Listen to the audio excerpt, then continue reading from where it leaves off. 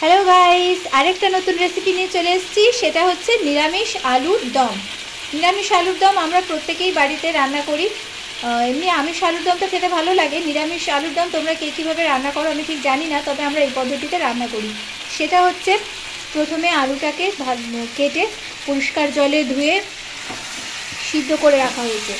সিদ্ধ করে নিয়ে তারপর কড়াই বসিয়ে কড়াইতে গোটা জিরা, শুকনো লঙ্কা, তেজপাতা ফোড়ন দিয়ে, অবশ্যই সাদা তেলে রান্না করা হচ্ছে। সর্ষের তেলে রান্না করে ভালোই হয়, কিন্তু সর্ষের তেলের থেকে সাদা তেলটা বেশি উপকারী। সাদা তেলে রান্না করাটাই ভালো।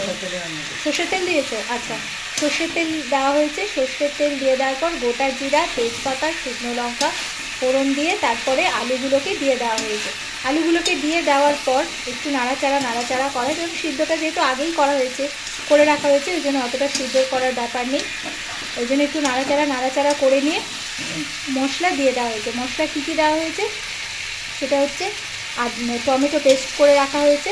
যেহেতু নিরামিষ সেই জন্য টমেটো পেস্ট, আদা বাটা, হলুদ গুঁড়ো, জিরের গুঁড়ো, লঙ্কার গুঁড়ো, কাশ্মীরি লঙ্কার গুঁড়ো এবং গরম মশলার গুঁড়ো দিয়ে, এবং পাশে যে করে অল্প একটু গরম জলে ছিটে দিয়ে এখন মশলাটাকে কষানো হচ্ছে ভালো করে মশলাটা যখন কষে আসবে তখন এই গরম জলটা আলুর দমে দিয়ে দেওয়া হবে। যে যেরকম গ্রেভি খাওয়া পছন্দ করো সেই অনুযায়ী মাখা অবশ্যই নামানোর আগে ধনে পাতা আর মিষ্টি দিয়ে মাখা গ্রেভি যে যেরকম গ্রেভি পছন্দ করো সেই বুঝে অবশ্যই নামিয়ে গরম ভাত, রুটি, লুচি, পরোটা যেটা খেতে ভালোবাসো তার সাথে পরিবেশন করো।